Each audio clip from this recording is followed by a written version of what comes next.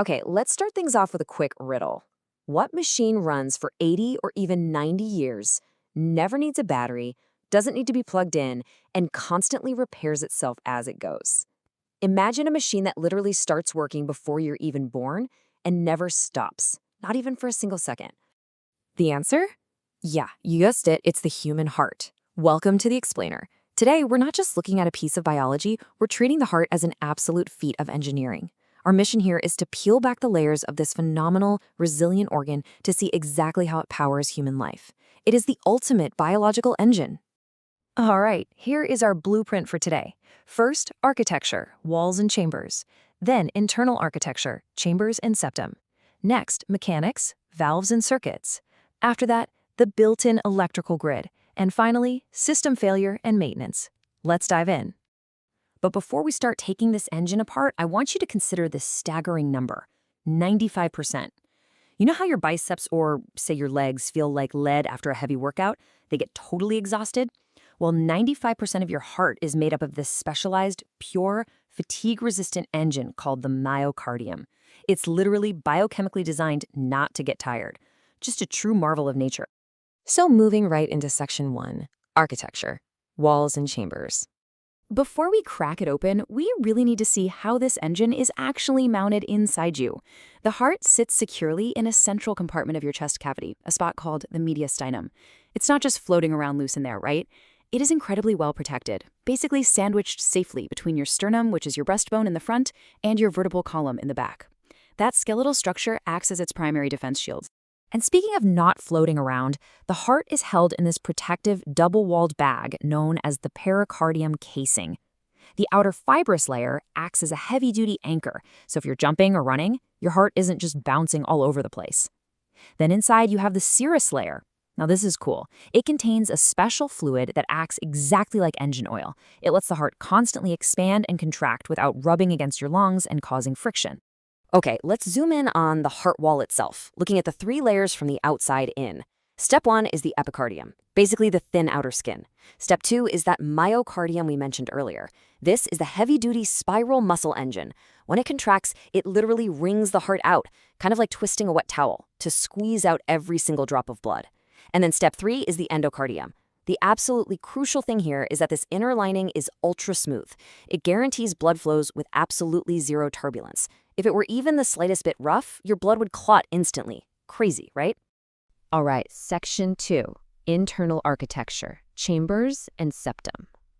Deep inside this engine, there's a thick muscular wall called the septum. It acts as this ultimate barrier, making sure oxygen-rich and oxygen-poor blood never, ever mix. The heart itself, it's essentially a double pump. Up top, we have the atria. These are the receiving chambers. And if you look closely, they have pretty thin walls. Why? Well, because their only real job is to just give a gentle little push to drop the blood down into the lower chambers. Now, those lower chambers are the ventricles. These guys are the heavy lifters. They have super thick, muscular walls because they have the massive job of pumping blood out and away from the heart. I actually absolutely love this quote from the source material. The left ventricle is the king of the heart. So why is it the king? Well, its walls are 3 times thicker than the right ventricle. Think about it like this. The right ventricle only really has to pump blood right next door, over to the lungs. But the king, the left ventricle, it has to generate immense pressure to shoot blood all the way up to your brain and all the way down to the very tips of your toes. Moving on to section 3, mechanics, valves and circuits. Now it's time to look at the intricate plumbing and the vital one-way security doors that keep this whole biological machine from breaking down. To run efficiently, blood can only move in one direction. First up, the AV valves. You see that term heartstrings, the chordae tendini? These are literal biological strings that pull tight when the ventricle squeezes. They stop the doors from blowing backward under all that intense pressure.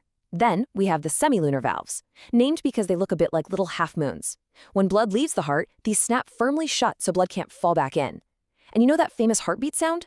That physical snapping shut of the valves is exactly what creates that dub sound. How cool is that? So the engine is pumping away, but where is all that fuel actually going? The heart is handling 2 massive jobs simultaneously here. First, the pulmonary circuit takes the dark, depleted blood and sends it over to the lungs to drop off carbon dioxide and pick up some fresh oxygen.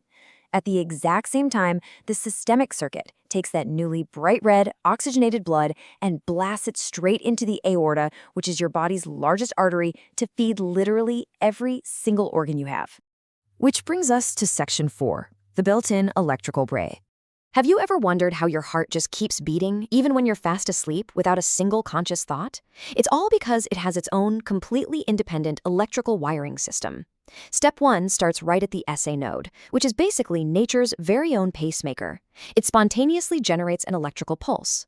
In Step 2, that pulse travels down to the AV node. Now, the absolutely crucial part is right here. The AV node catches that pulse and literally pauses it, just for a tiny fraction of a second. Why? Well, if the whole heart squeezed at exactly the same time, it would just spasm out. That tiny vital pause gives those lower ventricles just enough time to fill up with blood. Finally, Step 3, the Purkinje fibers. They carry that electricity all the way to the very bottom of the heart, ensuring the contraction wrings the blood from the bottom upward, pushing it right up into those arteries. And finally, Section 5, system failure and maintenance. So what happens when this otherwise perfect machinery faces a mechanical failure? Let's take a quick clinical look at what happens when the pump struggles. First is atherosclerosis. Honestly, just think of the fat and cholesterol buildup in your arteries exactly like rust inside a pipe. It narrows the path, which forces the pump to overwork itself. Next up is myocardial infarction, what we usually call a heart attack. This is where a pipe gets totally blocked off, cutting off the oxygen supply and causing those muscle cells to die. Then there is hypertrophy, where high blood pressure basically forces the heart muscle to become way too thick and stiff to pump effectively. And finally, stenosis. This is when those security door valves we talked about earlier get super stiff and don't open all the way. That forces the entire system to operate at highly dangerous pressure levels. Yet, despite all these potential vulnerabilities, your heart adjusts its speed instantly based on your emotions, your activity, and your overall health. I mean, it is an absolute miracle of biological engineering that constantly fine-tunes its performance second by second just to keep you alive. So, for the students of Ghauri Education and beyond, we want to leave you with one vital question to think about today. How will you maintain your most valuable asset today with a clean diet and exercise? You now know exactly how this incredible engine is built, how it mechanically pumps, and how it sparks to life every single second of every day. The maintenance of this 90-year machine is entirely in your hands. So what choice are you going to make for your heart today? Keep learning, keep exploring, and please take care of your engine. Thanks for tuning into this explainer.